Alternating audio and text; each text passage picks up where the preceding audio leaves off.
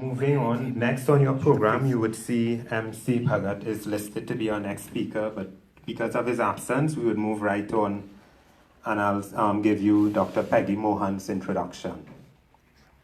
Dr. Peggy Mohan is a researcher and author in Bhojpuri.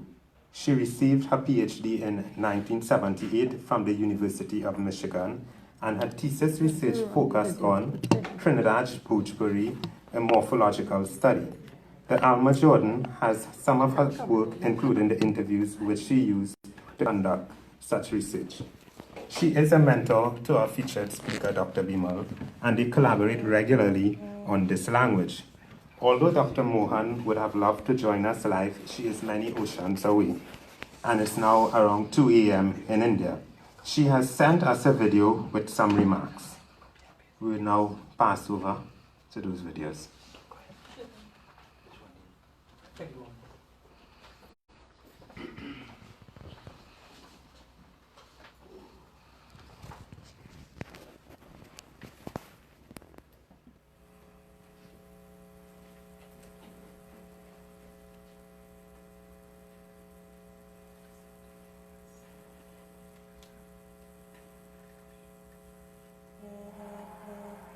Hi, this is Peggy Mohan. I'm speaking to you from New Delhi. Greetings to all at the University Library as we head towards Indian Arrival Day 2019. I first met Visham back when I came to Trinidad in 2008 for the launch of my book Jahajin.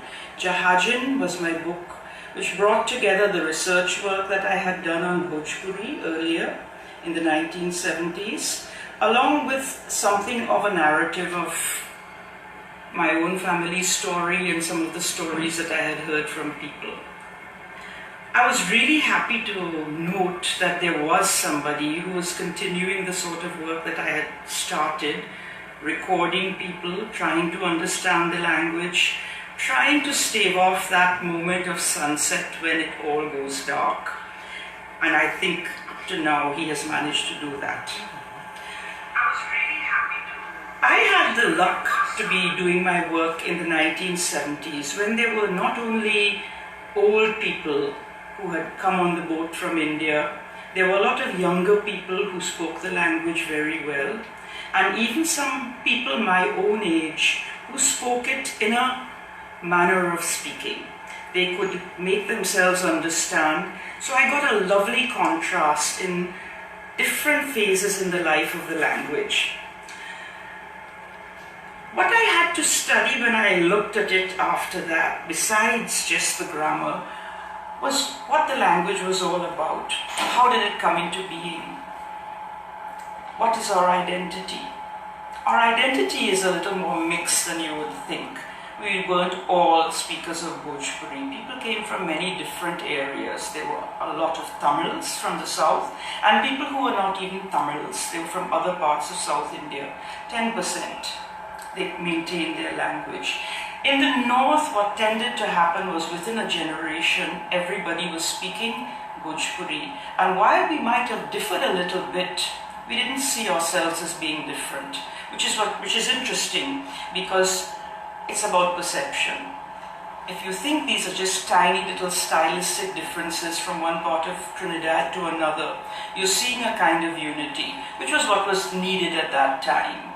We were adrift from India, we were separate from Hindi, we were at the time, because of indentureship, separate from the rest of Trinidad, and therefore we needed something as an anchor. So we had Bhojpuri all that time. Other dialects pretty much got lost. A few people tended to remember a little bit about it. What do we do now?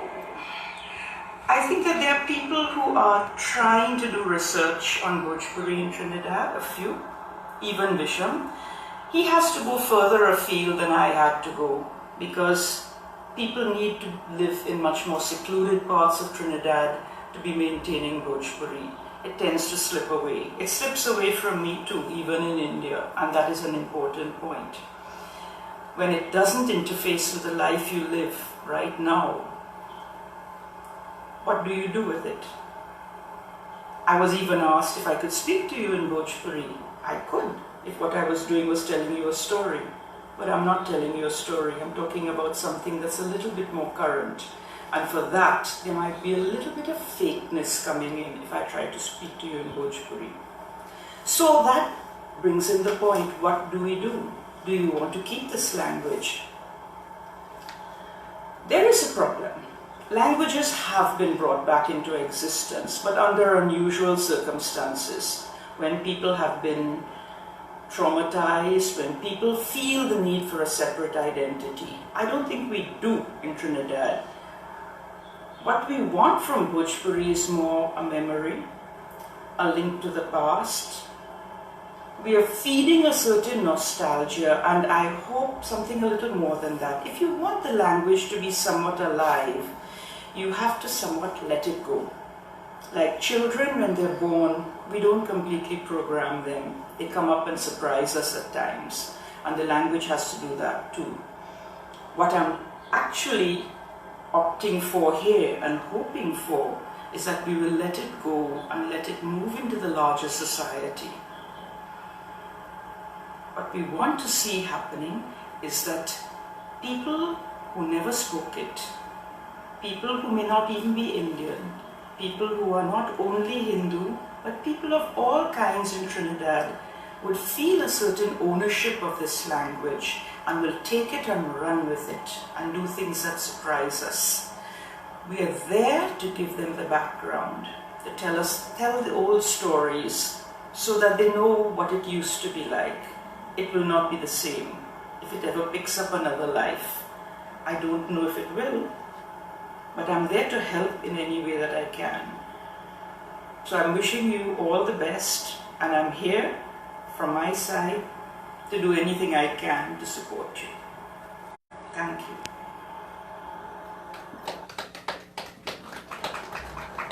Hi, this is Peggy.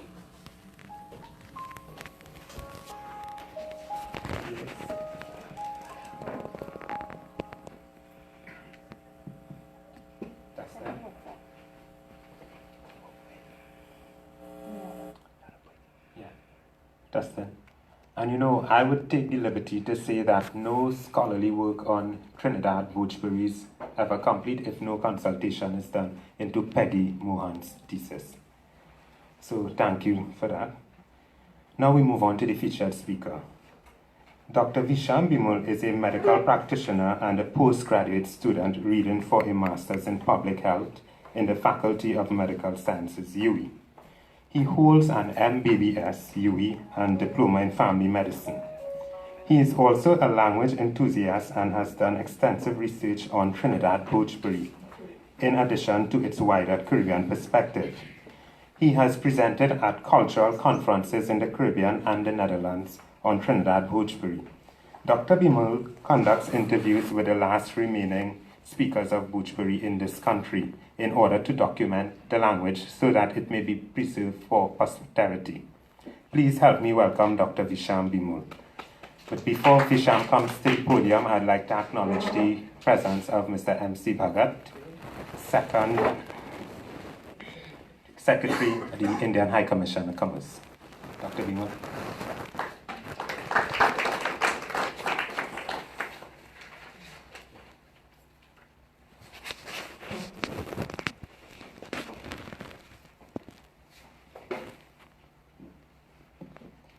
Mr. Frank Sudin, campus librarian of the Alma Jordan Library. Dr. Glenn Tait, head of West Indiana and Special Collections. Mr. M.C. Bhagat, second secretary to the High Commission of India to Port of Spain.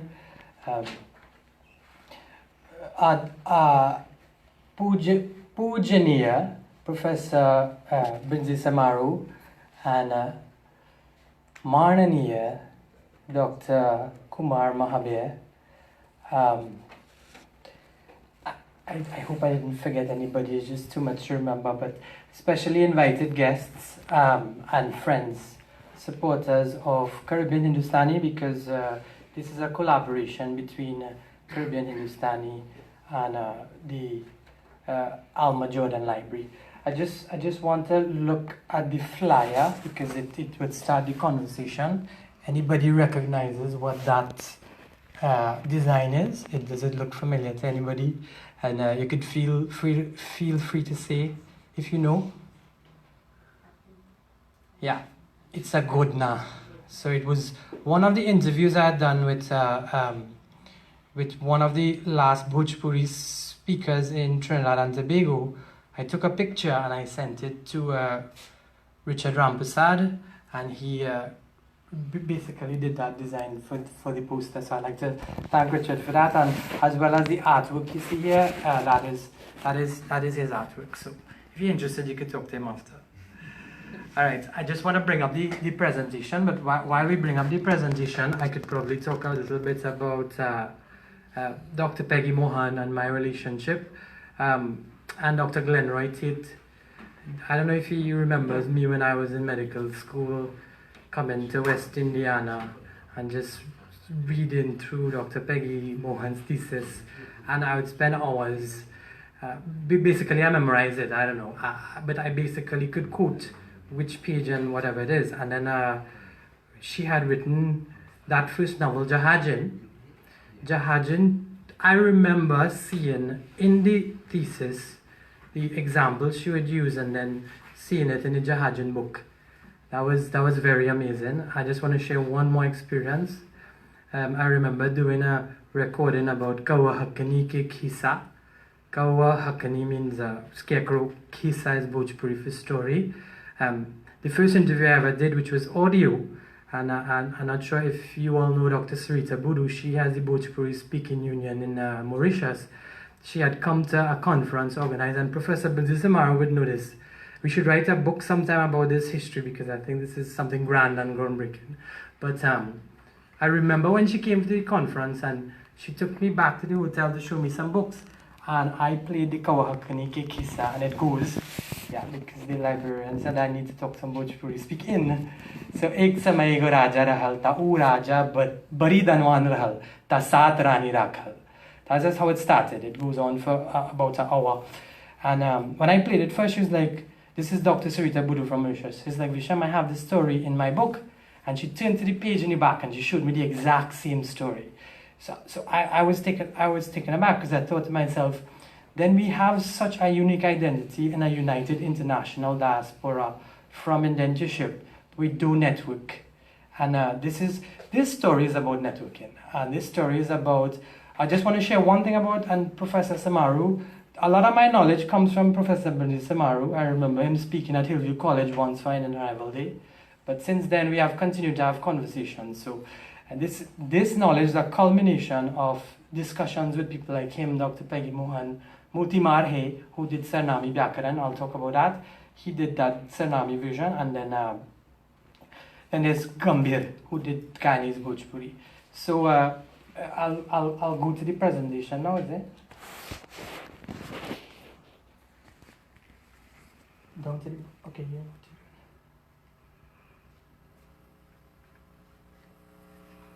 Right. So these are the objectives we're going to cover essentially. So basically, but at the end we will basically look at these points. So just we'll look at, and this comes a lot from the history of Professor Mbuzi Samar. I'm so glad I have one of my references actually live in person, and I was able to do a video to present. I'm very happy about it. See my face. So the review of indentureship in terms of recruitment with a linguistic demographic context. It's spelled wrong. So in other words, then we look at the physical history about the records, the statistics, sociologically, but we never look at it linguistically. So I want to give you just a peer into that. I am in no way a linguist. Maybe after this I'll probably pursue undergrad, I don't know, and just forget medicine. I'd like to recognize Jennifer De Silva, we spoke before, and she is doing excellent work. I think, and this is where the conversation I want to start, is that we need to do more work in such things that emulate our identity as Trinidadian. We don't do that. Diasporic Hindustani versus modern standard Hindi, domains of existence of Trinidad Bhojpuri. I'll show the data collected and paving the way forward, which is what Dr. Mohan spoke about. Okay, so this just sets the stage. Everyone knows this from the port of Calcutta around the Cape and then into the Caribbean. We all know this. Next one. And this just shows the major areas of the recruitment of Indian laborers. Dr. Mohan did mention Madras, and we must remember that, right? And just bear in mind, we'll look at the migration story, the movement of the British from Calcutta to Delhi, and how that influenced, well, our Trinidad Hindustani, and how it is similar to what is in Suriname, Guyana, Mauritius, Fiji, but how it is also different, because the movement from Calcutta to Delhi was a movement and change in the recruitment areas over time during the course of indentureship. Yeah. So this essentially shows the major areas of recruitment, right? You have to look at from linguistic terms. If the highest density of recruitments, that linguistic area, which we describe, would influence what would eventually be transplanted. So yes, people from South India did come. Tamil had some representation even in words, but it didn't really influence the foundation of the language itself. Because when you classify languages, you have a family tree based on what forms the foundation of the language. This is the Bhojpuri speaking area. Chota Nagpur is important. That was the earlier period of indentureship. The first, when the indentureship started, you have to remember indentureship started from the 1830s in Mauritius and so first, and then in 1845 in Trinidad, and it went all the way to 1920. So you need to bear that time lapse in what we speak of. But from Chota Nagpur, most of from 1845 to the 1860s, a lot of the indentured laborers came from there. You must note that that is the southern part of the Bhojpuri speaking belt. We'll look at that in a little detail, but it's southerny Bhojpuri. So it means that these first indentured laborers in that first period from 1845 to the 1860s, that Bhojpuri was essentially what was the major language, or the critical mass that was transplanted. So it influences our Trinidad Bhojpuri. It bears a lot in its how we classify it according to languages. Right. So this is Bihar. This is Bihar before partition. So Jharkhand is also included. Every dot represents a recruitment area. So that if you see the highest density is up there to the map north, so it'll be northwestern side. So that would be western Bihar, right? You would notice that the Chota Nagpur area we spoke of was much lower, and this is later on in the period from 1860s. So it moved as the British moved from east to west. And this is Uttar Pradesh. So you would see that the highest density of recruitment would have been from eastern Uttar Pradesh, right? And this has emphasized that it's just not only there, you had people from all over India, so that there are other areas represented. I remember Dr. Satbal Karan Singh even pointing out Afghanistan, and he brought up Dr. Nobel Khan's family, so it went as far as that. Just know that the density of the recruitment became more as we go into the Bhojpuri speaking belt, right? We'll look at that linguistically. I just wanted to paint a picture of the map in your head of Uttar Pradesh and Bihar. Next. Yeah, so that's the Bhojpuri speaking belt. This is not a good reference. This is from Wiki. It just gives you a general picture, right? But I have a detailed map afterwards. The references will be at the end. Don't worry. Just can't come to more of this. Next. Okay, this is from Uday Tiwari, Narain Tiwari's book, The Origin and Development of Bhojpuri. So he had actually went and described the linguistic map. So that is, this is Bihar and that is Uttar Pradesh. Note, Magahi, Maithili also existed as part of the area, so they have contributed. One word I know in English is Ketari. Ketari ke khet mein, din bhar hum kaam karat rahli. That's one thing they always say is all day we used to work in the sugarcane field. Ketari is a Maithili word, it's not a Bhojpuri word. So it influences the vocabulary of Trinidad Bhojpuri. So it will come from all these, Magahi, Maithili. Next slide. Yeah, and this highlights how close they are, right? When you go to the western side of the Bhojpuri area, we'll see later on Awadhi comes in the picture, right? There's a nice, we'll look at it. Let's move on. Don't get too excited. this is my, so I basically went through all the sources, got a Google map, and it actually minutely put all the districts.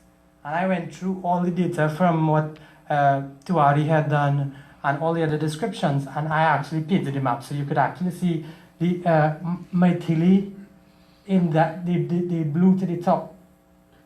We call that royal blue, crimson blue. I should have chosen different colors. Anyway, you could actually see that now in a bigger picture. The yellow is Awadhi, the light blue is Bhojpuri, right? And just next to Bhojpuri, you saw the map earlier. So Maithili Magahi, below is Oriya, and this connecting part here is Assamese, it would be to your immediate right, and this would be Bengali. I mentioned those languages because they bear significance to how they're related to Trinidad Bhojpuri. Yeah? So just bear that in mind when we move on. Next slide. So now I superimposed the recruitment areas based on what we saw before. And you would actually see the majority is in the Bhojpuri speaking area. You could see some in Maithili, and you could see some in the Magahi area and the Awadhi area. So just know that. Mind you, remember, I brought it in the context of other places as well, but this is the highest density, right?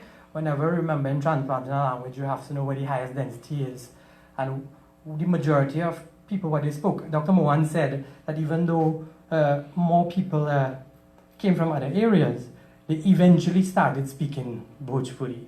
And I remember in her recordings, there were 2 women in one of the recordings she did for her thesis, and they started speaking, and one lady said, Hum jani Madrasi bole. I know how to speak Madrasi. And then the other lady said, Una mange Madrasi sikhe, u mange Hindustani sikhe. She doesn't want to learn Madrasi, she wants to learn Hindustani. So the woman in the recording says she speaks Madrasi. So it reflects that that was actually one of, it was Madrasi or Tamil, sorry, Madrasi would be the pre-partition term, but it's Tamil, right? South Indian, the Dravidian language, was actually spoken during indentureship, especially in that earlier part. It was passed on, and her recordings would be testimony to the fact that the woman said she does speak Tamil. Yeah, so essentially, right, that's fine. This is from Motilal Mardhe. Motilal Mardhe wrote Sarnami Vyakaran. That's Sarnami for Sarnami grammar, but Vyakaran is Bhojpuri for grammar, which is Vyakaran in standard Hindi. You must, Sarnami, I need to tell you what that is. So Sarnami is, the Sarnami is Bhojpuri. They call it Sarnami. Moti Mardhe, and I'm very fortunate to know him. And she's equivalent to Dr. Peggy Mohan, but the people of Indian origin in Suriname were so empowered in their identity and the language is still spoken that they gave it a name because I identified it as a language. It wasn't a dialect, it wasn't broken Tutti Putti Hindi, it was Sarnami. Hum Sarnami ba. We are Sarnami. And they take pride in it. Moti Mardhe was instrumental in establishing that Vyakaran, and now everybody knows they say Sarnami. All people though would say Hindustani. So look at Moti's description, it moves a little bit more to the left from the previous map. Indentureship started later in Suriname. By the time the British had reached over into Uttar Pradesh. So they were tapping into the Awadhi. Remember we showed Awadhi. So whenever I go to Suriname and speak Hindustani, sometimes imagine a Trinidadian speaking Trinidadian English and a Jamaican English. It takes some time to acclimatize. That happens to me. Because they would use certain terms that I'm not familiar with or I didn't grow up with. I'll give you an example. The past tense in Hindi is, for he saw, is usne dekha. Usne dekha. But I grew up, my nanny would say, udekhal, he saw, udekhal. Udekhal hamke kal hiya, he saw me yesterday. And then when I go to Suriname, they say udekis. But udekis is not Bhojpuri, it's Awadhi. So it reflects that movement. And a lot of, I don't have time to discuss it here, but a lot of their Sarnami bears flavor to Awadhi, right? Right, so now I put it in a tabular representation. So the recruitment area by district and the language that was spoken or more popular, the majority of people spoke this language from that area. So if I had seen this in Devanagari, I'd pronounce it better. It's in Roman script, so I have trouble pronouncing the places. I was writing it in Devanagari, but it was just too tedious. Hazaribagh, it's correct, right? It's Magahi and tribal Austro-Asiatic languages. I wouldn't speak about that after. You can ask me more about that, right? But those are languages not related to Hindustani. Chotanagpur we spoke of, and this would be Nagpuriya, which is Southerny Bhojpuri, or the southern vernacular of Bhojpuri, or Southerny Bhojpuri. The next slide. Muzaffarpur. So I don't need to call it out for limited time, but you could see Maithili Magahi standard, Northern Bhojpuri standard, Southern Bhojpuri standard, Southern Bhojpuri Maithili. Next slide. And that was Uttar Pradesh. This is that was Bihar. This is Uttar Pradesh, and you would see now the movement into Awadhi and more Bhojpuri, right? But you actually see now Awadhi encroaches into the speech of the indentured laborers as we go later on into the Uttar Pradesh or United Provinces. Next slide. This is an important point to remember. I remember when I used to speak to my nana and ask him what is Bhojpuri. He would say Bhojpuri, Ina Janina. I don't know what that is. It means that the term Bhojpuri would have only become popular after the period of indentureship. Whenever you refer to the interviews, they would say Hindustani or Indian. That's what they would call the language. It means that was the pre-partition designation. So it's interesting, in 1905, after the British made progress towards Delhi, they employed this guy to do a linguistic survey of India. And when he started doing that linguistic survey, names like Bhojpuri, Magahi, Maithili started coming up, because prior to this time and before this research, people just say they speak Hindustani. Right?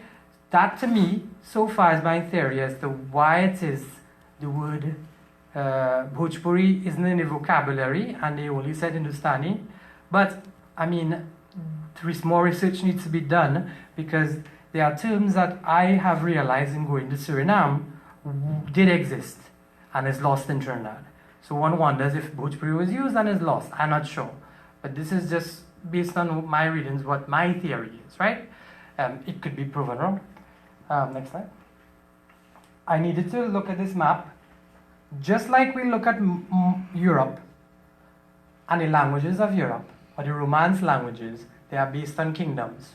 So French came from Frankish Vulgar Latin, Spanish from Hispanic Vulgar Latin, but it represents, you also have to remember, linguistics is an important factor when taking into consideration to basically inquiry into the history of things that people neglect.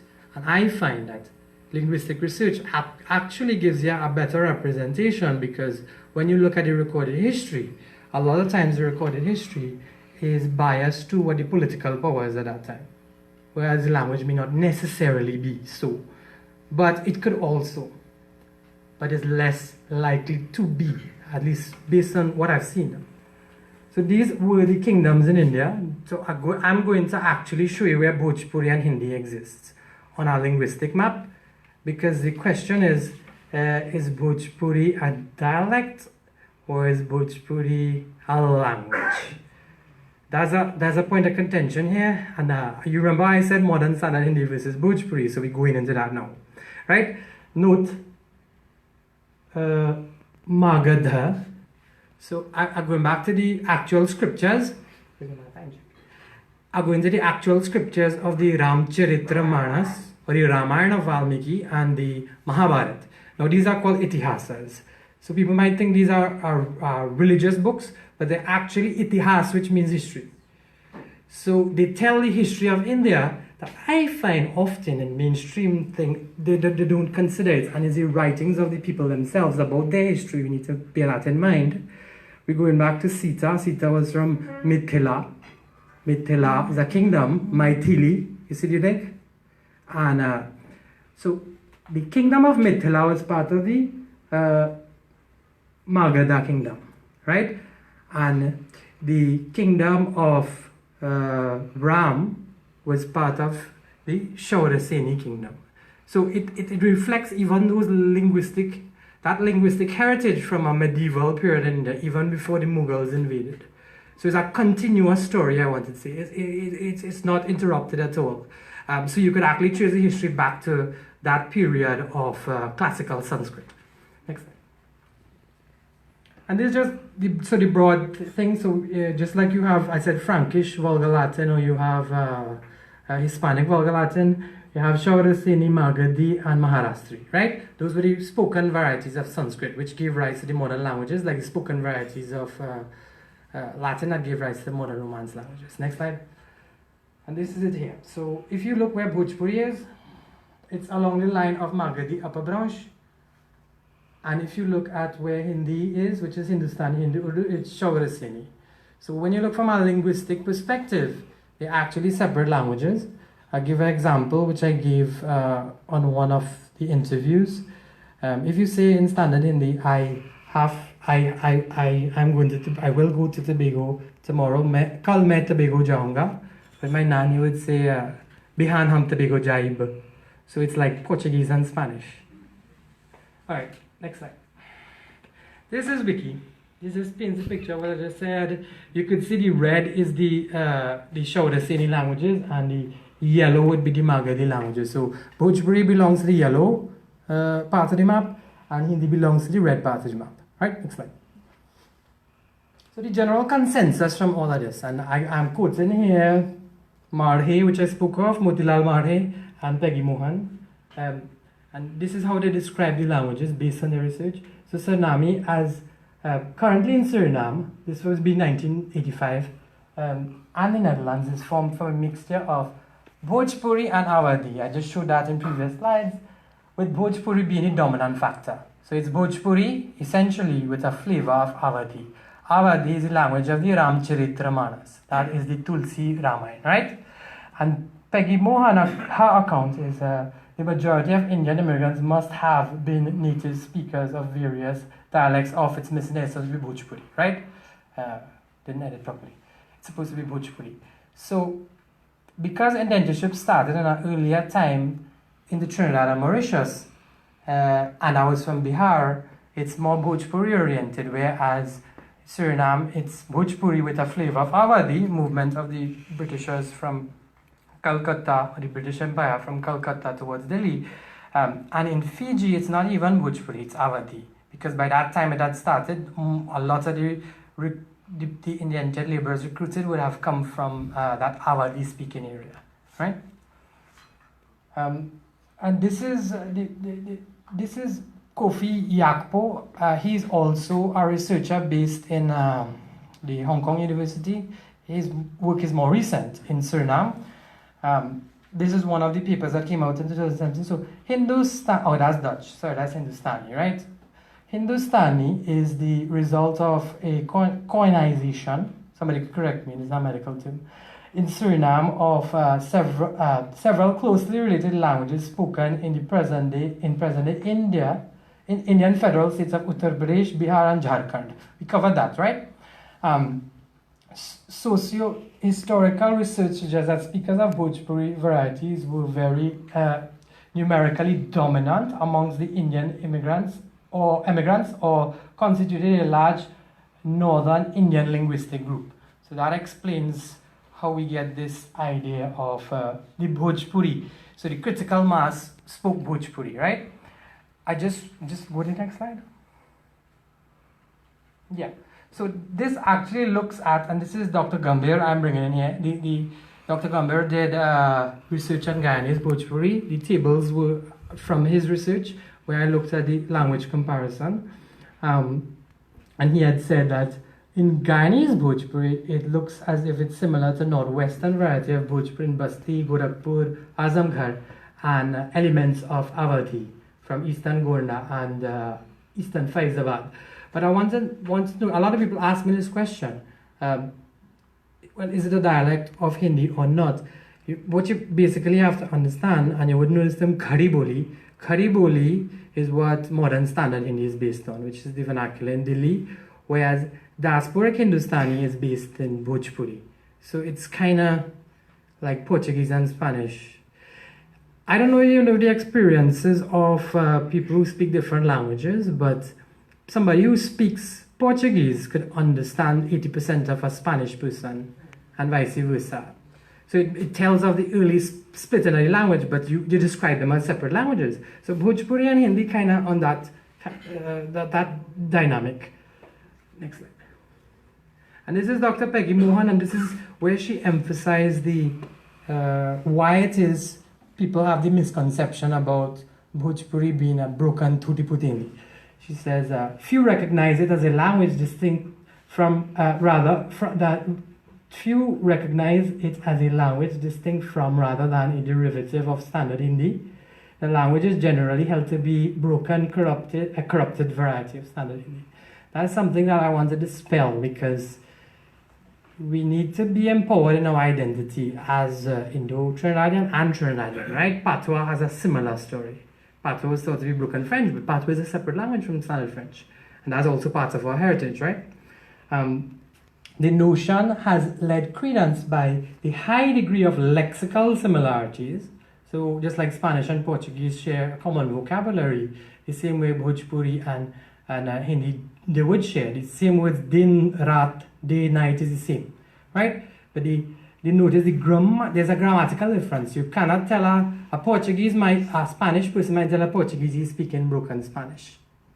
But he is basing that on a Spanish grammar, not a Portuguese grammar. So it's the same dynamic. And she described a dying language spoken with greatest fluency by elderly people of Indian origin in Trinidad. That's a description of it. Next slide. And this is linguistically what defines Bhojpuri from Hindi.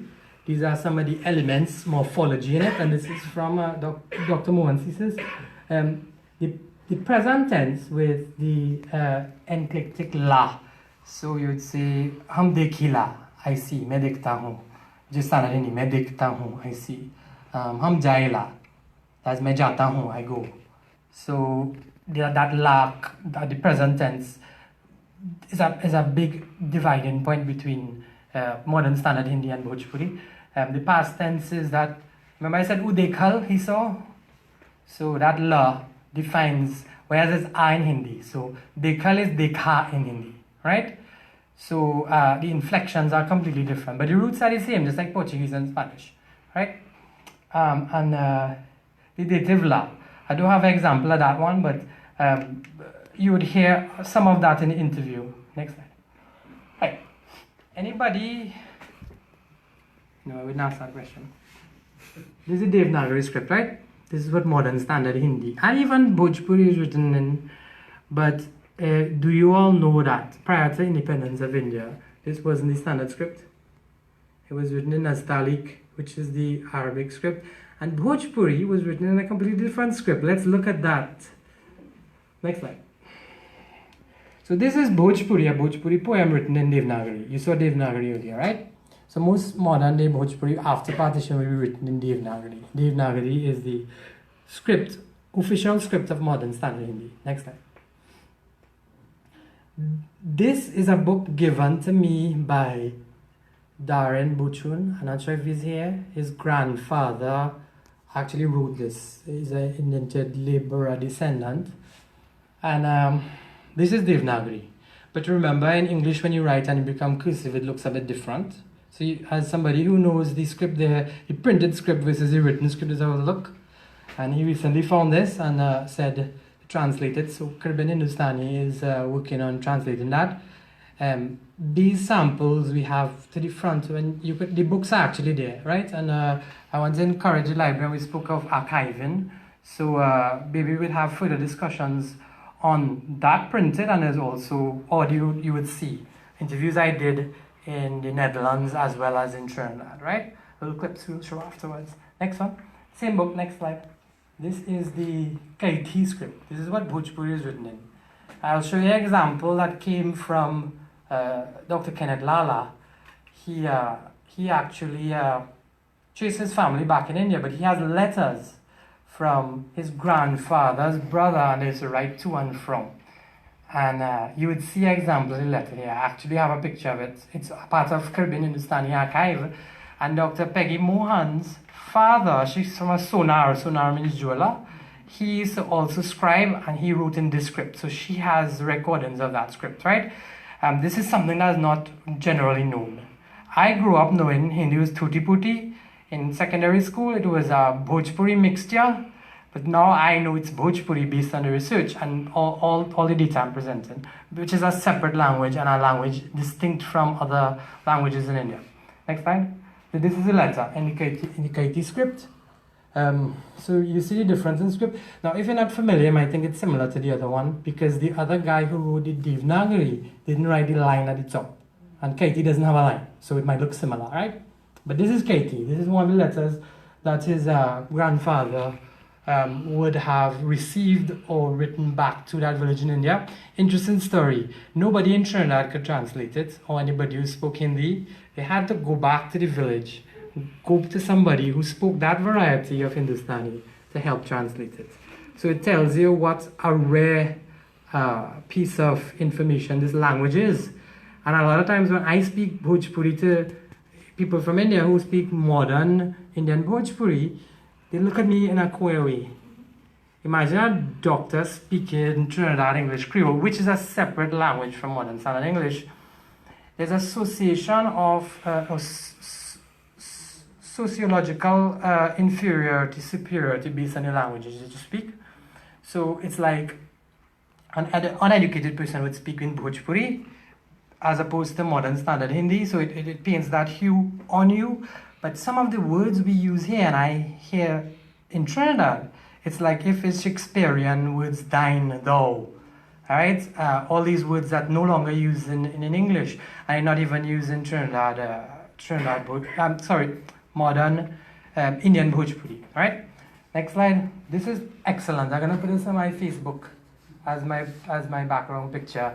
Look how beautiful that looks. This is another letter in Kaiti script, right? Next slide. This is a prodigal son written in Bhojpuri in the Kaiti script, used by the missionaries in conversion. Right? I'll read it. Ek aadmi ke dugo beta ba. Who speak Bhojpuri understand that, right? There was one one man who had two sons, right? And it goes on to this prodigal story. It's actually 3 pages long, but it's the prodigal son translated in Bhojpuri in the Kaiti script, right? This is how Bhojpuri would have looked up to its literary form before partition of India. Next slide. Right. So we're going to hear some audio clips. This is a mighty sparrow singing Hindustani that my nanny used to speak.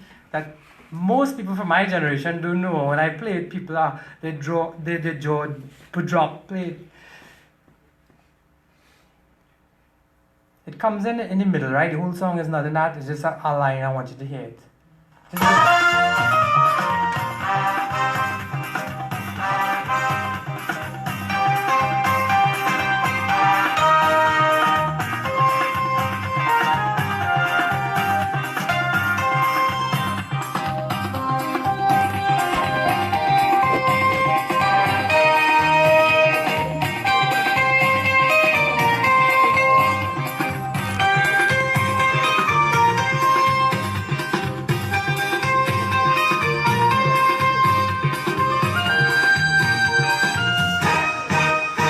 At an Indian fiesta, drink up in the room.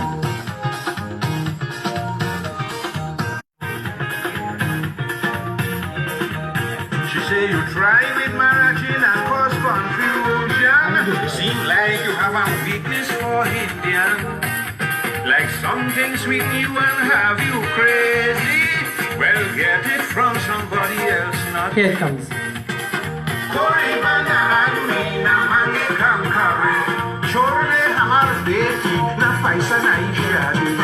I will give you roti and I will give you dal. I'll give you kachori with pepper that is up. Right, so that's an example of sparrow singing in Trinidad Bhojpuri. Yeah, and there are many more like this. This is the samples. Right. So let's go to modern times. This is a popular song by Ricky Jai, and he did the, yeah. Listen, this is Bhojpuri. This is Trinidad Bhojpuri. Right? them Indian wedding. Them old ladies singing. You all know it, but just listen to the See how them young girl whining. Motor, motor, motor, motor, motor, motor. Lawa milai, sakila wa milai, sakila wa milai. Motor, motor, lawa milai, sakila wa milai, sakila wa milai. Because I give you mine, so because I show you mine, everything becomes on mine. When we mix it up together, find it left, find it right, find it up and find it high. So the lawa in this night, when we mix it up together. Lawa milan ke paro singare gaile, paro singare gaile, paro singare gaile ho. Sab auratiyan, sab auratiyan, sab auratiyan sindur lagai, sindur lagai, sindur lagai. So you hear a song and people dance it, party, but do we know what it means? I'll go to it now because that's the point of this presentation. So it says more tor, that's Bhojpuri for mera tera, mine and yours. More to lawa milai, saki lawa milai. You know what lawa, right? There are two traditions in the Hindu wedding regarding the lawa. One is in the morning when we go for lawa. And then lawa is a Bhojpuri and Hindi word. It occurs in both languages. And it's essentially what you say, dhan, which is with the husk in it. And you put it in the pot and just like popcorn, it'll pop. And it's pop rice. So that's what is lawa. It's a significance in the ritual where the boy side does it, the girl side does it, and on the wedding day, they would offer it together, hand in hand, fire in the fire. That essentially is the lawa that more to lawa milai. Let our lawa meet in this union, right? So it actually has a religious significance as opposed to where it's played. And the other verse refers to the lawa for the morning when you go for lawa. Lawa milan ke parusin gara gaile. You spark past tense in Bhojpuri la. Gaile is gaya. So let's all meet up and go to the neighbor's house for lawa. Sab auratiyan sindur lagai. So all the women apply sindur, right? Which is part of the ritual. And when you go to the song, the ritual itself is encapsulated in the song. So apart from partying to the song, it actually has history, significance, and our identity, right? Good. Go next. Right. So you're going to see 3 interviews here, and before each one, it's like 2-minute clips from the entire interview. These interviews were sometimes 2-3 hours long. It depends on how long the person could tolerate. This lady lives not too far from here. I remember when I did the interview on TV6, for you to ask, but does she speak English? I was like, yes, she does. She's Trinidadian. I remember in my clinic a lot of times in Pinal, when I see these people, I just speak to them in Hindustani. And sometimes the nurses and the staff are lost because they think they're not in Trinidad. There's a remnant of, you should go to Suriname, it's amazing. पूरा नाम क्या है? महादेया कौलेसा। तुहार जन्म कहाँ भइल? मार जन्म भइल गरकंडा भइल। गरकंडा विलेज में? हमारा आजी आजा मुलुक से आए हुए गरकंडा। आजा आजी? मुलुक से। और आजा आजी के नाम का रहल? आजा के नाम जानी बा, आज के नाम ना जानी। ना जानी। आजा के नाम बा दिंदिया। दिंदिया। आज के नाम आजा। ना पूछ लिया ना हमारा आजी बोला ना जानी। तो मुलुक से तुहार आजा कौन झीला से आए? ना बोलो हमके कहाँ से सब आए? तुहार नाना ये झील के बारे में कुछ बतियावत रहल? नाना के ना जानी बहू मर गए अगली ना जानी कुछ ना।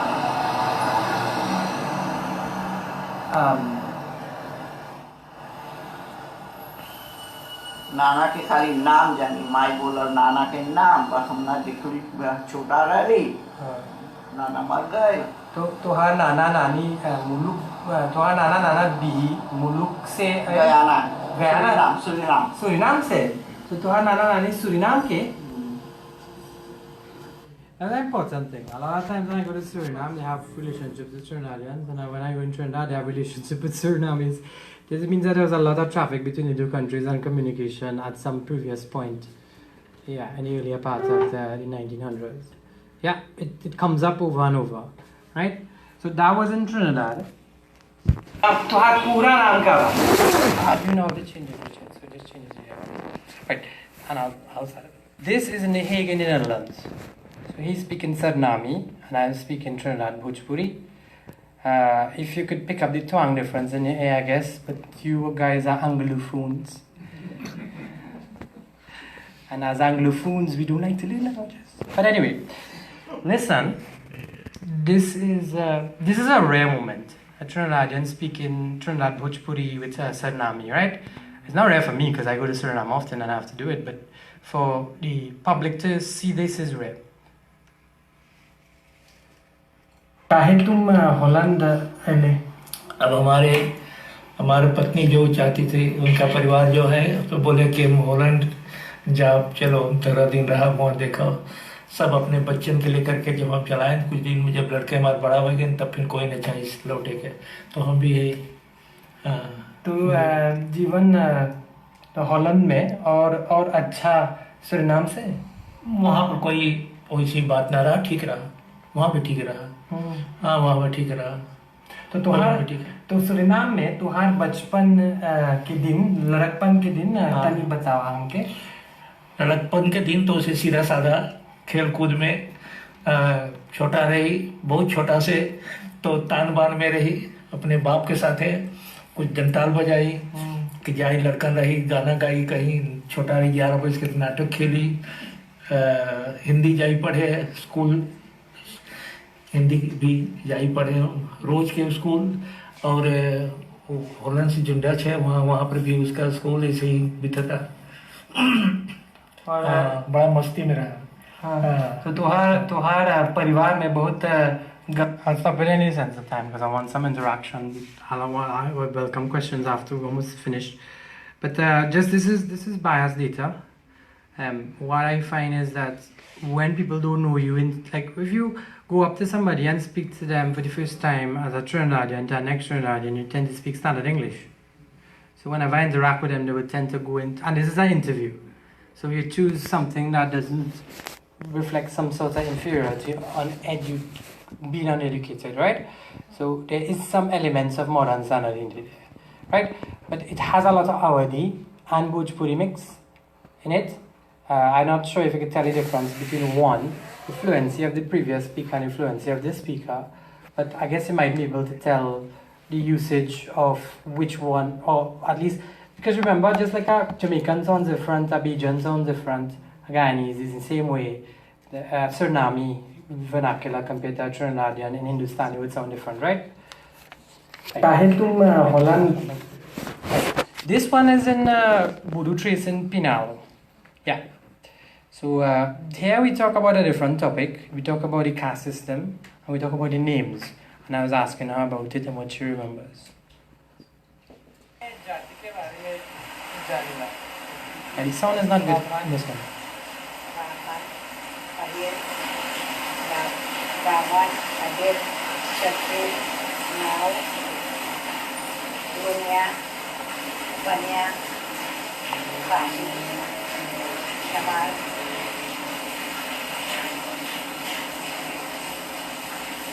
And the rain is in the background.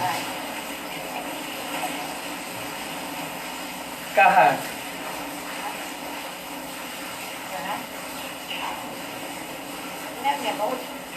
खांसी कौन सी लोग है? एगो जात का काम करेला? सोनार, लोहार।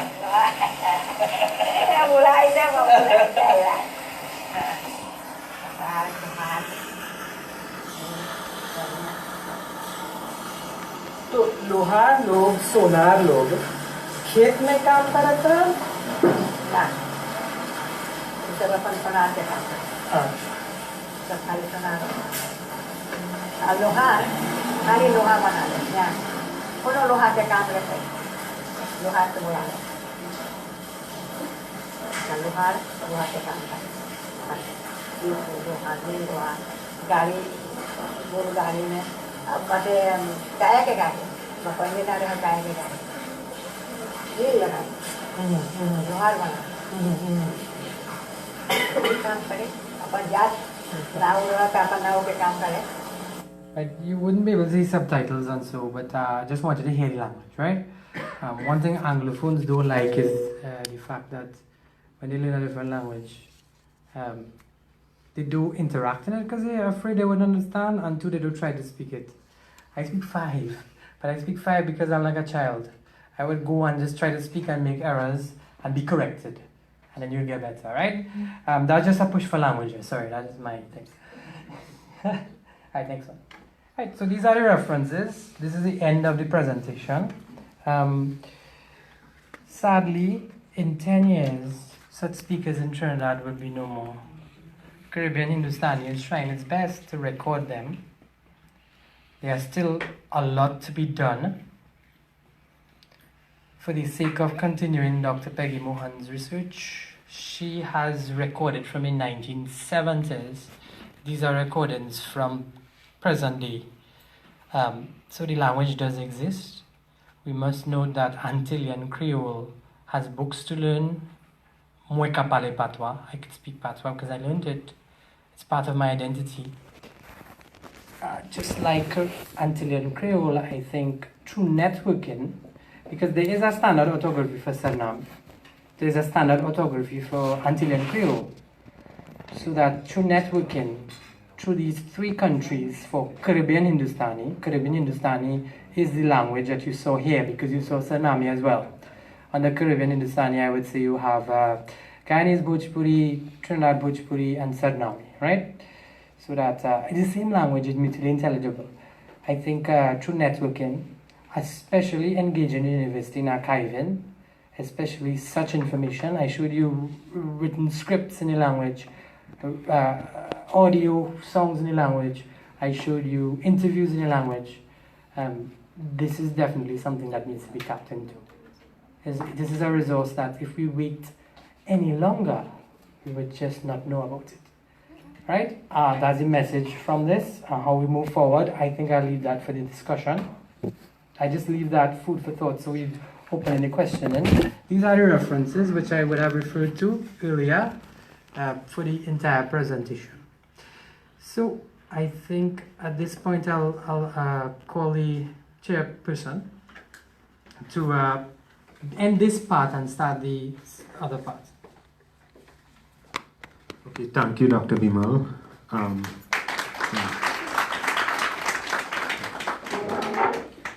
Okay, at this juncture, we would move on to the Q&A section, questions, comments, concerns. But before that, I have to call on MC Bhagat, Second Secretary from the Office of the Indian High Commission, to bring his greetings. So welcome, Mr. Bhagat, please.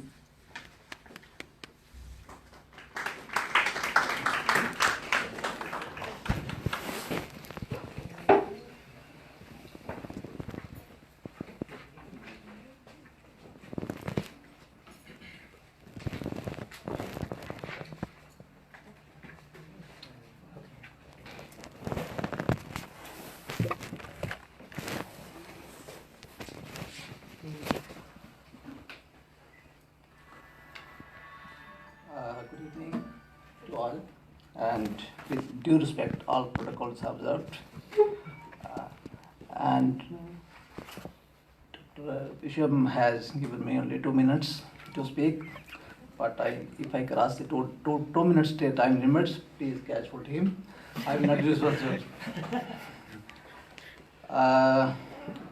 Distinguished faculty members of UB, alumni, students of UB, all other distinguished guests and everyone present here. Namaskar, Sitaram, Assalamu Alaikum, good evening. It's my pleasure to be present here amongst you all at today's event, Trinidad Bhojpuri Decoding Identity. On behalf of the High Commission and the people of India, I present my heartfelt greetings and congratulations to co-hosts Caribbean Hindustani and the Alma Jordan Library of the prestigious institution of the University of West Indies for gently hosting this significant presentation. I do not need to go into details of language, Bhojpuri, a dialect of Hindi also, which bears reference to descendants of the East Indian diaspora in Trinidad and Tobago. I hope you are listening to me.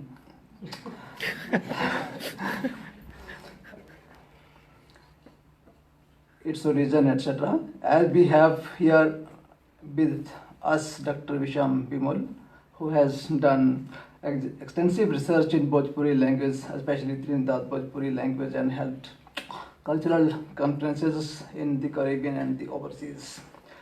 The initiative and efforts taken on this presentation on Trinidad Bhojpuri decoding and we shall move the way forward to reconnecting with Indian heritage and shall help in enhancing awareness about Trinidad Bhojpuri, its propagation among the descendants of the indentured laborers in Trinidad and Tobago, and shall serve as a catalyst in this beautiful country.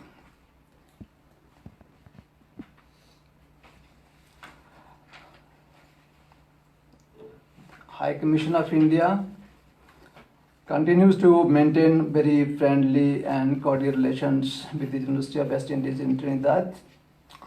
The books displayed by the Alma Jordan Library of the University of West Indies on the occasion of Indian arrival in Trinidad and Tobago is commendable and greatly appreciated by the High Commission of India. I would like to inform you that I'm leaving this topic now. I would like to inform you that High Commission of India conducts Hindi classes because Dr. Bisham told me to tell about Hindi classes, Hindi also.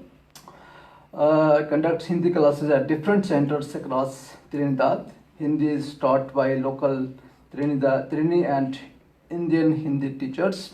At present, at different centers across Trinidad, located at the High Commission of India, Mahatma Gandhi Institute for Cultural Cooperation, at Shivanas, Swaha Hindu College, Sange Granje, Don Miguel Hindu School, Al Socorro Hindu School, Exchange Mandir Cuba, Chinmaya Vidyalaya, Freeport, Kali Mata Temple Pinal, Vidyanand Memorial Vedic School Pinal.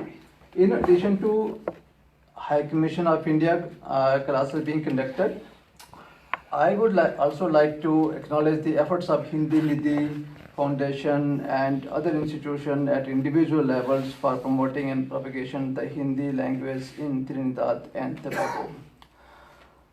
Finally, I wish to convey my thanks to Dr. Vishal Bimal, Caribbean Hindustani and Alma Jordan Library of the University of West Indies for providing me the opportunity to attend this wonderful event. Thank you. God bless you. I have this brochure, Indian Technical and Economic Cooperation. It contains, if you go into the link, it will give you information about the ITEC, Indian Technical Economic Cooperation Program. It is fully funded by the Government of India.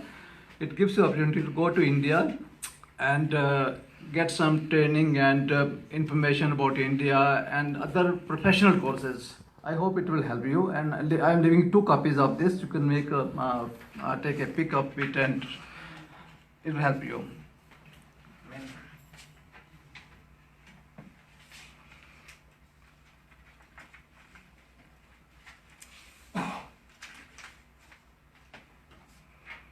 Thank you.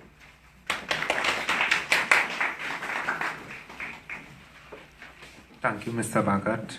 I must mention that the Alma Jordan Library has graciously received a donation of books from the Indian High Commission in April of 2019, and we have an informative display set up on the ground floor. So I invite everyone to go and peruse the material there.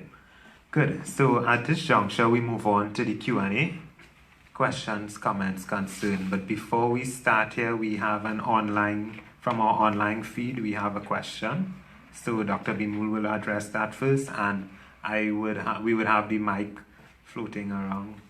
If you have a question, we ask you to keep it sharp. For now, we would start with one question or comment per person, and we'd see how the time goes. So Visham, you'll start with the first online question. Thanks.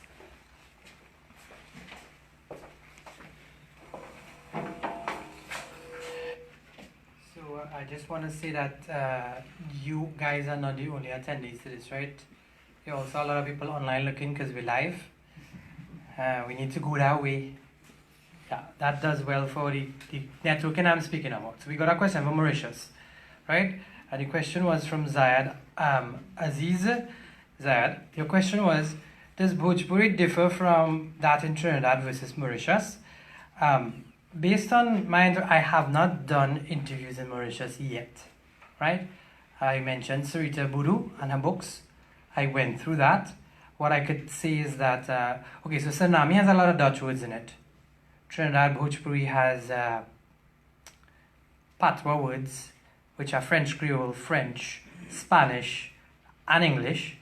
Mauritius has French words because of their French history. So we would say Somar for Monday, Samaru, one born on a Monday. They say Lundi, from lundi in French, right?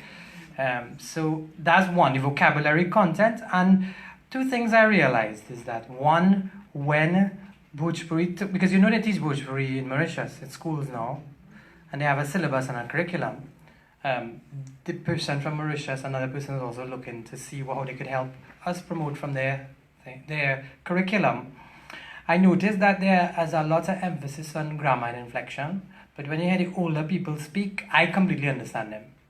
It sounds just like in Trinidad, but then when you hear after somebody, they were taught that Bhojpuri or the Bhojpuri or brand is promoted in Mauritius, it evolved over time for reasons like the fact that in the Indian Ocean it's so close to India, its interaction business-wise with India, so that has shaped its difference and moving away from what it was that would resemble. If you didn't know this, I remember researching Québécois.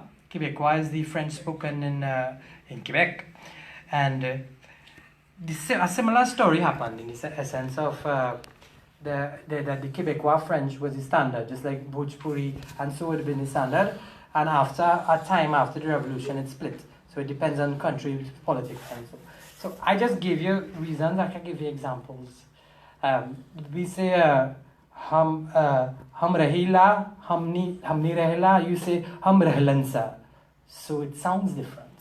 To me, at least at that level for now, I have to go to Mauritius. Yeah. Next question.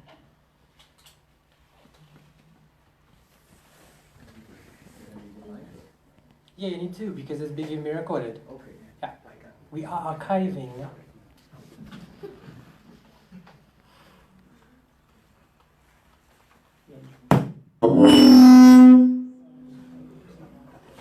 It's too closely there.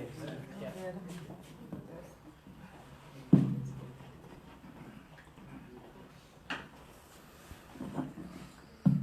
Right. Thank you. I'm sure I speak for everybody present here when I say that I am highly impressed by your interests, your research, your presentation on Bhojpuri, Dr. Bimol, and particularly you being a young man. Two short questions. One is, for a start, your last name is Bimol, a very rare name, so can you tell us a little bit about the etymology of this name? And secondly, in linguistics we talk about the concept of death of languages. And as you have outlined, Bhojpuri is dying, if not dead. Virtually dead. Virtually dead. Is the work of teaching standard Hindi by the Indian High Commission, BVS, Hindi Nidhi, and so on, not burying the dead language of Bhojpuri? I love those questions. Okay, so Bhimal. Bhimal is Bengali, right? Let's learn some Bhojpuri here. So Va in standard Hindi becomes Ba. So Basdeo is Vasudeva, right? Visheshwar, Bisesar, right? So ba becomes va. So Bhimal is Bengali for Vimal. But again, it shows Shauraseni, which I showed earlier, the sound system in that spoken vernacular of Sanskrit, and Magadhi. So that in the original medieval roots of the language, that va would be ba in Magadhi Prakrit, but va in Shauraseni Prakrit. So Vimal means untainted. It's in the Ramcharitramanas. I can't remember the exact verse. It occurs, I remember hearing it, because when you're a child going to Mandara, you just things in green that repeated. Oh yeah, languages, you have to just interact with the repetition. Yeah. So Vimal is standard Hindi for untainted, and it's Bhimal in Bengali. But Bengali is closer to Bhojpuri than Hindi is to Bhojpuri. Another one is, you know the word Bhojan? But the Bhojan in Bengali accent is Bhajan. So that reflects that twang difference, right? Bhojan versus Bhajan. I remember one time Dr. Y.P. Singh, who does work with Shivagana, Ramlila group, he gave us a joke that a Diliite was saying, well, let's go sing Bhajan. But the Bengali thought he said, let's go eat Bhojan. And he was like, let's go. And then he realized that he went into a room. But that again is a joke to tell of the twang difference, right? The other question is promoting Hindi, burying the virtually dead Bhojpuri to some extent, but I see Sarnamis make it work. The Hindi Parishad, despite naming Hindi Parishad, it actually does work on both sides. What I think is that we shouldn't look at it like that, and I commend the High Commission for doing their work. I access Bhojpuri through Hindi. I'll tell you my story. I grew up with Nani speaking Bhojpuri. I went to Presbyterian school. I interacted, and all the Bhojpuri I would have known was lost. I did advance Hindi in CLL through the Hindi Chair and High Commission. And through knowing standard Hindi, I could have now delved into Bhojpuri. So you have to look at the access routes. I think it actually helps us get into the direction as opposed to burying it. What I want you to remember though is that you mustn't mix up that identity, because you also have to have pride in being a Bhojpuriya and speaking Bhojpuri. I feel different speaking Trinidad Bhojpuri to Sarnami as opposed to speaking standard Hindi. Unconsciously, when I start speaking, I speak in standard Hindi though. And then we would informality break into Bhojpuri, right? So that's my take on it.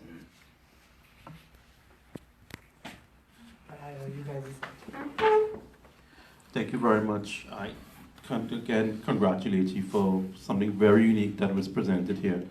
And I think what I would like to support, and being part of UE alumni, and more so having heard the introductory speakers, is two things. One, that the Amana Jordan Library developed formal partnerships with the Caribbean Hindustani organization via MOU per se, where you could have duplicate sharing of data.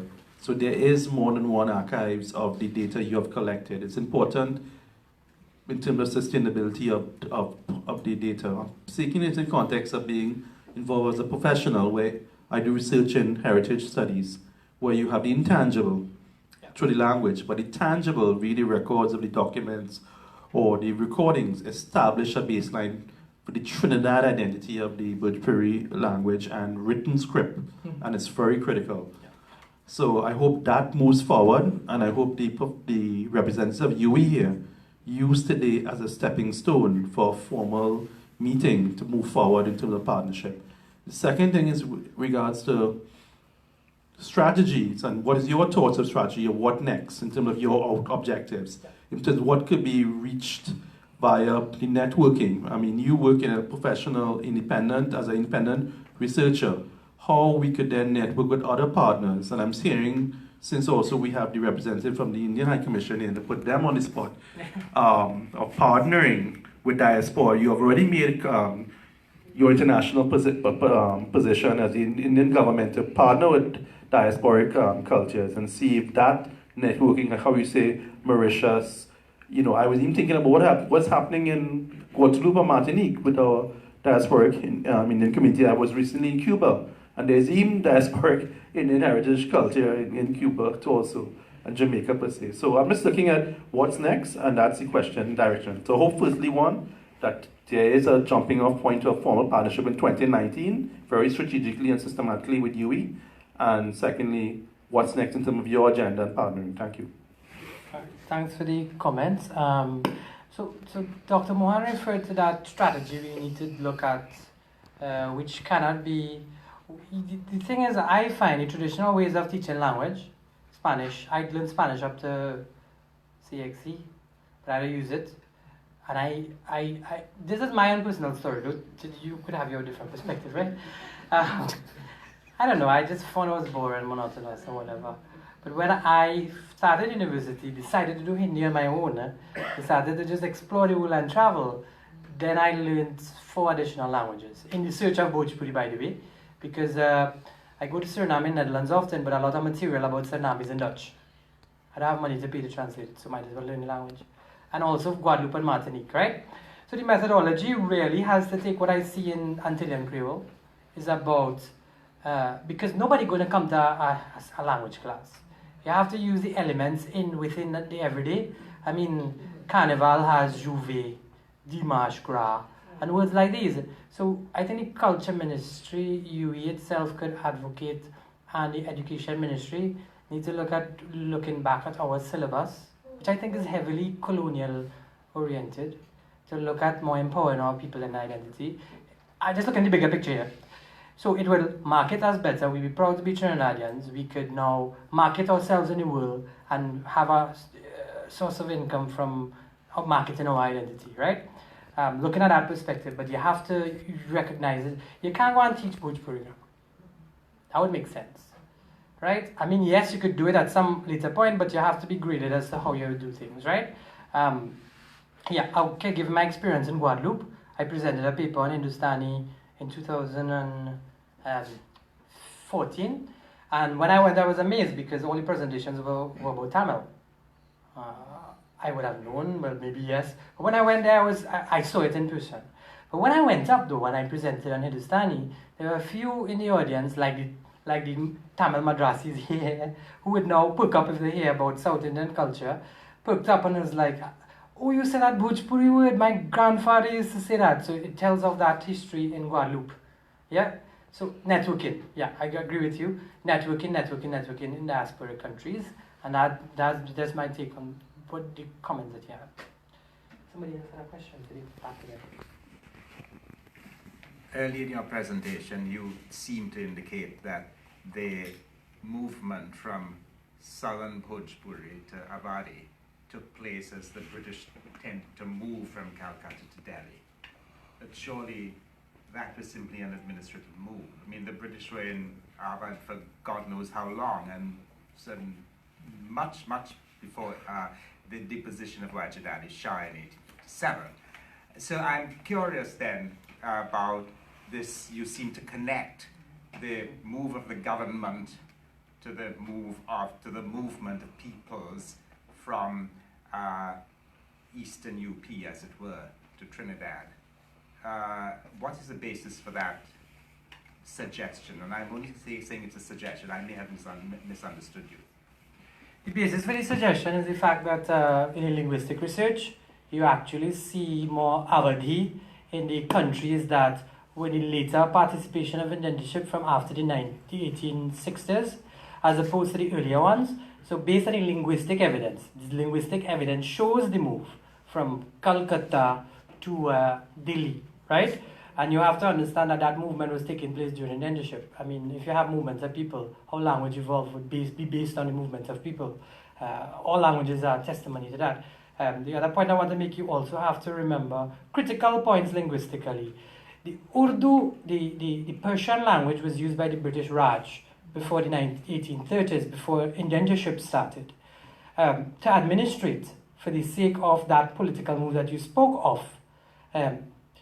Around the time of the 1830s when indentureship started, they made an interesting move. They undid that and they started making Kariboli the language of administration. And going further to that, you would even see in this eastern perspective that I gave in the map, there was a drive because that governor from Britain decided that, because you remember the British were very tactical, and this tells in even my story. They incited the hoi polloi, who were Hindus, to move forward and purported this ideology. So you would see Hindu kings actually helping the Britishers to go forward to conquer into Delhi. And the mere fact that the movement had take the Persian language away and put Hindustani, I call it Hindustani, but they would call it Khariboli, it's now called Urdu, as well as the move to change the script. As a matter of fact, it was in Devanagari, it was Kaiti, and then it went to Devanagari around that, and it is critical to look at it within the context of indentureship. So even that in itself supports the data presented, or at least the associations I make in what I present. But Urdu was a language of the local empire. Oh, okay. And the people of the empire. I want to ask you. Whereas Persian was the administrative language. Right. What's the difference between Hindi and Urdu? I don't know. Right. So if the Pakistani team, if the Pakistani team, conversation is the same language. If the Pakistani and the Indian team playing, and you could attest to this, and the Pakistani team essentially would call a play and they fielding, the Indian team would understand. Mera aapka naam kya hai is Urdu and Hindi. In Urdu, what is your name? Aapka naam kya hai? In Hindi, what is your name? Aapka naam kya hai? Right? There are difference in nuances. Sitaram Namaste versus Assalamu Alaikum, but that's just greetings. Baithiye versus Tashrif Rakhiye. There's subtle differences, but it's essentially based on the same language. Khariboli. Yes, Doc. I liked the first interview you displayed. The lady referred to the place where she came as Moloch. Like that. Right. Now, my nanny came from Basti, and she often spoke about Moloch, and they came from Moloch. But on my father's side, they came from Faizabad, and the language spoken there is Audi. And I don't really hear they speaking about Moloch. So I just wanted to clarify that. Sure. And whether Moloch meant India or just UP or Bihar. I love that question. Okay, I'm going to describe something about, how much time I have? I'm going to describe something about the Hindustani language, which is now called Modern Standard Hindi, and its vocabulary based on the history, which goes similar to this. So, before the Mughals invaded, it was Upper Branch. Upper Branch was the evolved form of what Prakrit had reached. And then after the Persians, the Mughals brought in the Persian language, there was a mixing and mingling of that. Then you had this language called Rekhta of the court, Urdu-e-Molle of the army, and Hindavi or Hindustani of the people, which Amir Khusro wrote about, right? He called it Dillavi from Delhi, right? So when the Mughals came, the language that was used by the hoi polloi, known as Dillavi, had mostly words that evolved from the Prakrit. So Kshetra became Khet, right? Praja became Parja, right? So the use of even words after when you find the independence of India, there was a lot of injection of borrowed words from Sanskrit. So Bharat, Bharatiya, right, comes from, borrowed directly from Sanskrit. You call those tat some words. It's like if I say biology in English, which doesn't come from the original English. It comes from the intellectual speech. So that the words they would use would be a remnant prior to that injection. So Bharat and Bharatiya would not be used. I want to bring the Ramsamir sisters into this because this question was only asked this weekend because we didn't interview them. So Mrs. Ramsamir, the older Ramsamir, Linda, was saying that, because she was relating a story about when they traced back their roots, and she was saying that his Nana, Aja, was saying, Hum Bharat se aili, I came from India.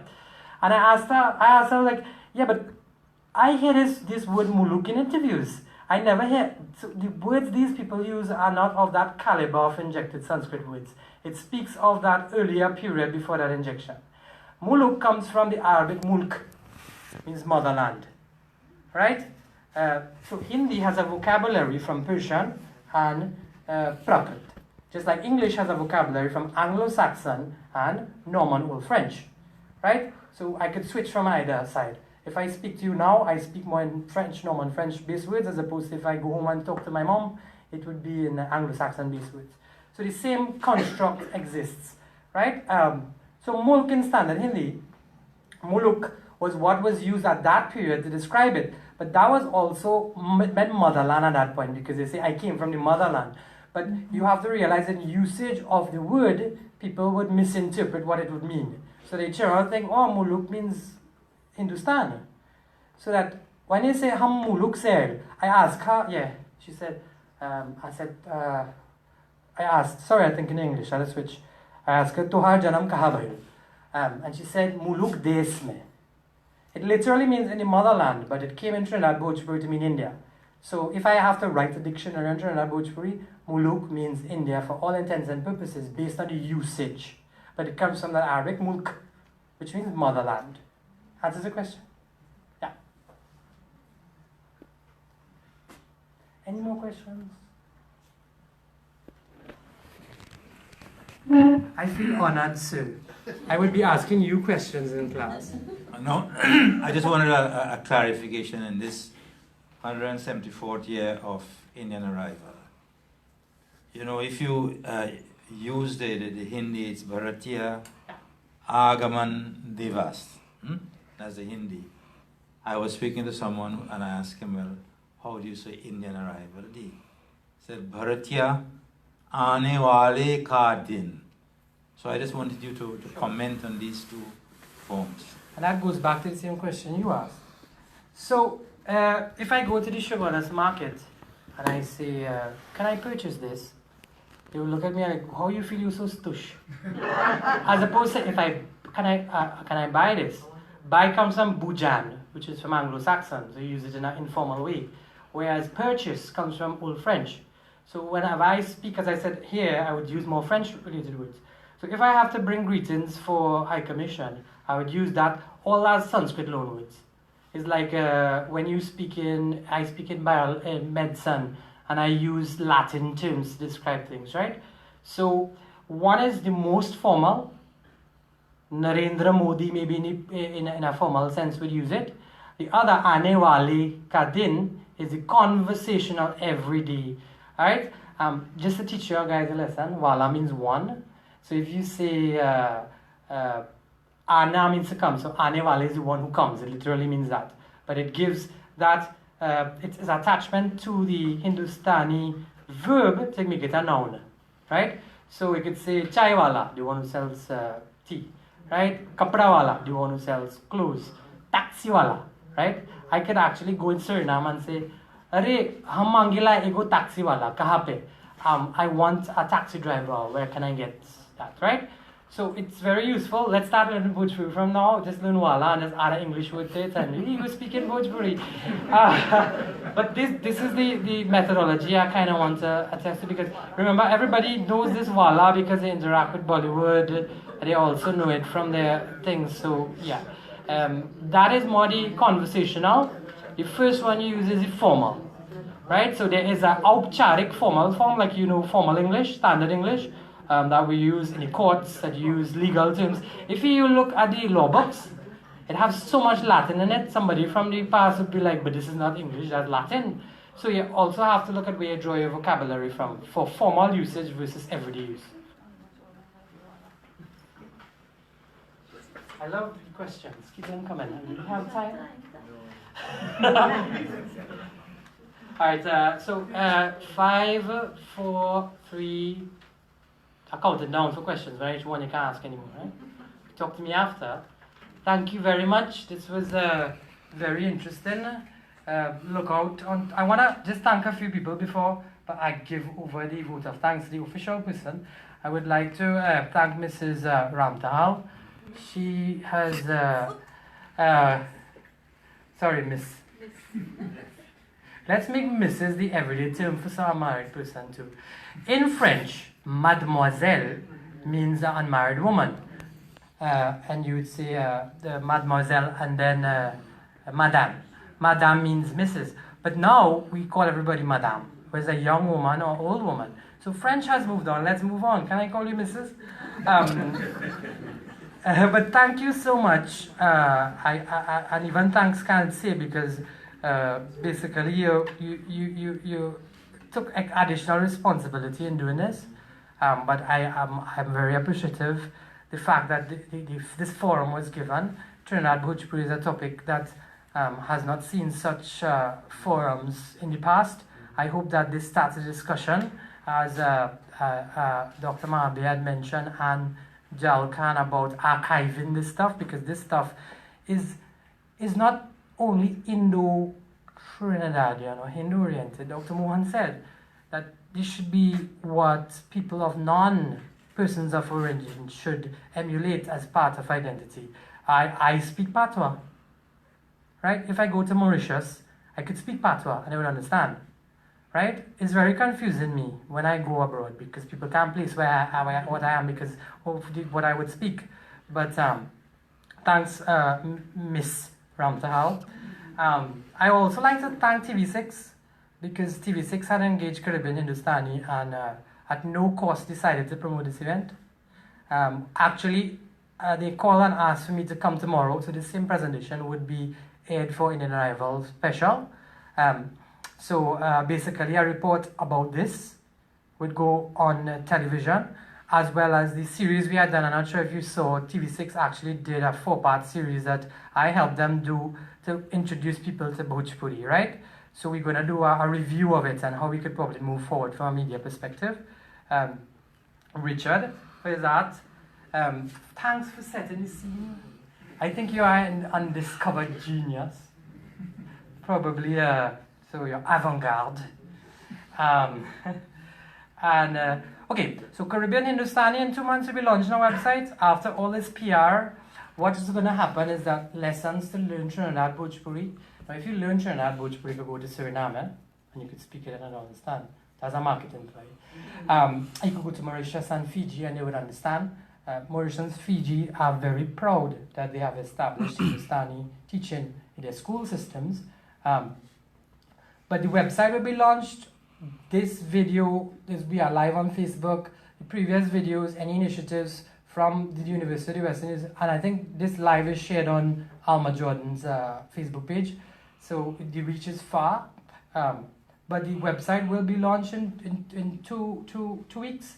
It will have these videos, it will have new videos to teach Trinidad Bhojpuri, and it will have podcasts for interviews from international people in Bhojpuri, in French, in Dutch, whatever way we could share information about the language, right?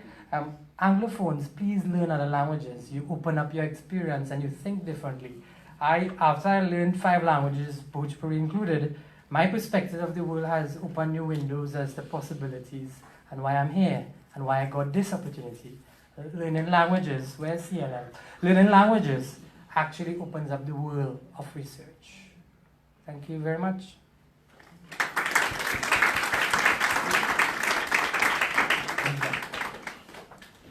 Through Dr. Bimal's elucidation on Trinidad Bhojpuri, I think we really have a lot that we could sink our teeth in.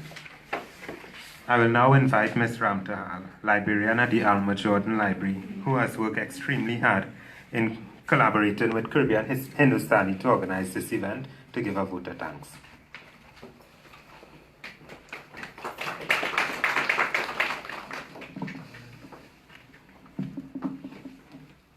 Good evening all. I wish to thank all the speakers on today's program, Mr. Frank Sudin, our campus librarian, for his welcome statements and for hosting this collaborative event between the Alma Jordan Library and Caribbean Hindustani, represented by our featured speaker, Dr. Visham Bimul. Thanks to Dr. Glenroy Tate, Head of West Indiana and Special Collections, for his remarks. To Mr. M.C. Bhagat, we acknowledge your presence here and thank you for bringing greetings from the Office of the High Commission of India. I would also like to thank Dr. Peggy Mohan for her support in today's program. Even though she was quite excited to join us live, we opted to allow her to send her recorded remarks because there is a time difference between Trinidad and Tobago and India, and so we did not want to keep her up at 2 a.m. Delhi time. Many thanks to our featured speaker, Dr. Bimul, for his enlightening presentation, and for those who are not familiar with the Bhojpuri language, I hope it's not dead. I do hope that you would have a better understanding of it, and I know that Dr. Bimul will continue his work in the language because, as you see, he's very passionate about it, and I wish to wish you well in your future research. You are indeed fortunate to have a mentor as Dr. Mohan, and I know your collaboration with her will continue. Thanks also to the chair, Mr. Richard Rampasad. He is a teacher by profession at Tranquility Secondary School. But Mr. Rampasad is no stranger to the Alma Jordan Library. I actually met him when he was an undergrad in the humanities. And at that time, I was the evening librarian, and he would constantly come to me for help, for everything. I almost literally, I would say, take credit for his his undergraduate research, because he was always coming to me for assistance with, library-related matters, and, I willingly helped him. And he has recently completed his master's degree in cultural studies from this campus, which he noted with distinction. So thank you, Richard. Richard is also an artist, and if you look along the walls, you would see his work, which he willingly offered to display to add to the decor of the room. So if you all are interested in his paintings, you can have a private conversation with him after. Richard and Mr. Devon Mohammed, they also designed the promotional flyer, which is the good motive that Dr. Bimul spoke about. And the image is also, was also used in the watermark of the program. I would also like to thank my colleagues here at the Alma Jordan Library who assisted. A special thanks to the staff of the Secretariat, the campus librarian secretary, Ms. Indrini Basant. She was the first person I went to get, guidance on some of the protocol. And Ms. Elsa Hamilton, who really worked hard with the program, and we did have some challenges, and she was able to deal with it very effectively. Thanks to Dr. Karen Eccles, she's not here. She had another engagement. Ms. Georgia Alexander and the Facebook team, the Alma Jordan Library Facebook team, Ms. Jolie Raja, Kem Prasad Singh, Shivan, who has been, helping us all along in this program, Miss Lauren Neeru, I'm not seeing her, Miss Vidya Lala, Michelle Gill, Radish Rambaran, Sheba Sham, the Alma Jordan's Library IT unit, the Facilities Management unit, Digitization and Bindery units. And of course, you would see some beautiful plants. It was loaned to us from the Alma Jordan Library's plant lovers. I'm telling you, we have to purchase plants for functions, and we have an in-house plant group. So the plants were for free. So this is our library initiative in keeping our spaces green. I want to recognize Dr. David Rampasad, who is here with us. He is the senior advisor to the Vice Chancellor. Dr. Rampasad, I'm happy that you were able to join with us. Other faculty members who are here, I'm seeing Professor Uma Haran and others, thank you for taking time to come here to this event. Special thanks to the UE marketing team for promoting this event on What's On. And finally, To you, our invited guests, I thank you very much for coming despite the inclement weather, but we are happy to have you here. So I'll hand you over to the chair. Oh, just one final announcement. As we continue with our Indian Heritage Month, just to invite you, there is going to be a documentary film, Jahaji Family, scripted by Shamsuddin, and it is going to be held tomorrow, 7 p.m. at the Diwali Nagar site. So you all are invited.